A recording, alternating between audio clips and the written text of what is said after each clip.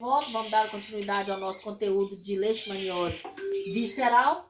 Aqui está a imagem de um paciente, né, com hepatomegalia, né, com fígado grande, uma criança também, tá? Então, é uma doença grave, tá? Leishmaniose visceral, tá, gente? Alteração no tecido hemocitopoiético, a medula óssea em geral encontrada com hiperplasia e densamente parasitada. Às vezes o paciente vai realizar uma rotina, né? E nem imagina que tem essa doença, tá? E aí já está acometendo, porque ele é um vetor que vai acometendo o órgão, tá? Quando o paciente nota, já está bem agravado, tá? Eritropoiese é normal no início do processo infeccioso. Durante as fases mais adiantadas da infecção, ocorre desregulação da hematopoiese, caracterizada pela diminuição da produção celular. Então, tudo isso é o acometimento lá na célula. Anemia, sim, como a leucocitose. Leucocitose é infecção, tá, gente? É o achado mais frequente nos indivíduos doentes. Então, tem anemia, tem leucocitose, tem que investigar, tá? O paciente com anemia tem várias doenças que pode acometer a anemia. Por isso que quando nós falamos hemocitopoiético, é lá no sangue, tá? Então tem anemia e tem leucócito, o leucócito é infecção.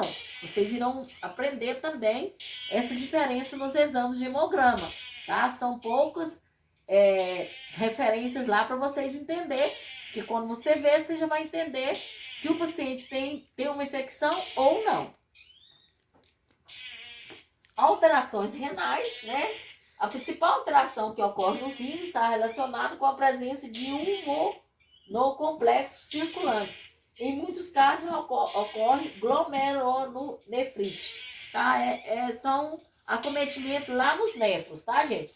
Alterações pulmonares nos pulmões ocorrem com relativa frequência pneumonite, tá? Então, tudo isso, na hora dos exames, das avaliações, vai realizar o diagnóstico, né, dessa patogenia desse paciente com leishmaniose visceral americana. Quadro clínico, forma sintomática, né, quando apresenta sintomas, né?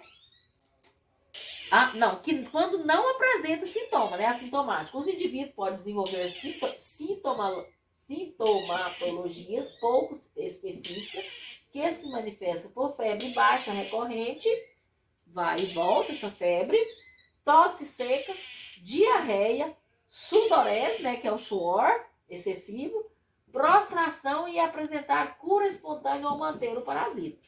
O próprio organismo, às vezes, elimina esse parasita, tá? O próprio organismo.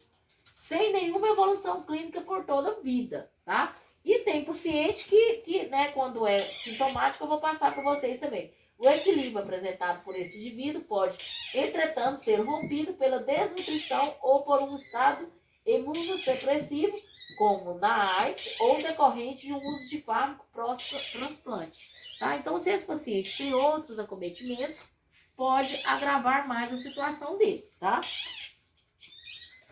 Forma aguda. Corresponde ao período inicial da doença, né? Tudo que fala que é agudo, gente, está no início da doença. Quero que vocês entendam isso, que a gente vai falar sempre sobre agudo e crônico. Crônico é aquela doença que não tem cura. Hipertensão arterial é uma doença crônica, tá? Essa forma aguda é o período inicial da doença. Observa-se febre alta, palidez de mucosas e hepatoesplenomegalia, né? O fígado grande. Discreta, evolução em geral não ultrapassa 2 meses. Muitas vezes o paciente apresenta tosse e diarreia também, tá? O parasitismo é mais frequente no fígado e no baço. E em menor número de medula. Em menor número na medula. Então, gente, a leishmaniose visceral acomete mais fígado e baço. Por isso que dá esplenomegalia, que é no baço, e hepatomegalia, que é no fígado, tá? O que é esplenomegalia e hepatomegalia? O fígado grande e o baço grande, tá? Quando está acometido, tudo são sinais flogísticos, tá, gente? Lá no exame de imagem vai apresentar o fígado maior do que o normal, tá? Porque o fígado, como o fígado, coração, pulmão, baço, tem um tamanho, assim, padrão, né? Por exemplo, nas pessoas é um tamanho padrão. Quem já ouviu falar que o coração é o tamanho da nossa mão fechada, né? Então, é o padrão, é um padrão. Então, assim, o fígado, no exame de imagem, vai ter um fígado bem maior. Então, ele está inchado, ele está com edema. Então, nós chamamos de hepatomegalia, tá? Forma sintomática crônica ou calazar clássico, tá? Então, nós vamos ver da forma que tem os sintomas. Forma de evolução prolongada, caracterizada por febre irregular e associada ao contínuo agravamento dos sintomas. O emagrecimento é progressivo e conduz o paciente para a desnutrição proteico-calórica. Então, o paciente, por quê? Se o fígado não está metabolizando, esse paciente vai ter perda mesmo de nutriente. Vai comer, ele vai vomitar, ele não vai ter uma absorção necessária, tá? Por isso que essa doença é grave, tá? Caqueixa acentuada, mesmo com apetite preservado. A hepatoesplenomegalia associada, que hepatoesplenomegalia são os dois, né? Associada à ascite determina o aumento do abdômen. O que é ascite? Abdômen grande, tá? Não esqueça que você vai ver muito paciente na unidade hospitalar com ascite, tá? Você, profissional, técnico de enfermagem, a gente vai ver que chega um paciente com a barriga grande, com o abdômen grande, nós chamamos de abdômen, tá? Grande. Isso é uma ascite. Tem a punção que a gente faz, né? Que é a paracentese, que é um procedimento do médico, porém nós da enfermagem preparamos todo o material e auxiliamos no procedimento, tá?